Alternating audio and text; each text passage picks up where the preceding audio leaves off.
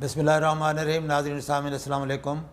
आज का हमारा मौजू है boost your stamina with watermelon.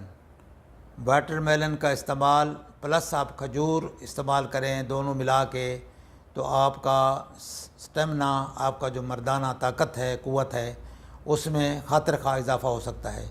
उसका तरीका ये है कि वाटरमेलन के आप तकरीबन समझे कि आधा पाव जितना उसके बना लें, चिप्स वगैरह या उसके जो डलियां हैं बना लें।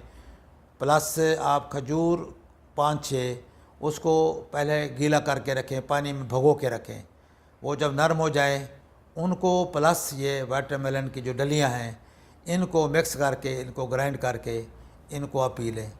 अगर आप इसको 5-6 दिन, हफ्ता 10 दिन इस्तेमाल करेंगे तो आप इसके इस्तेमाल से फील करेंगे कि आपके अंदर जिस्मानी ताकत, आपके अंदर एनर्जी पैदा होगी और आपका मर्दाना जो ताकत है वो बढ़ेगी।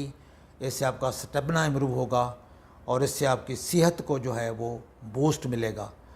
तो इसका इस्तेमाल करें और एक कुदरती जो ख़जाना है इसके अंदर उससे अफादियत हासिल करें।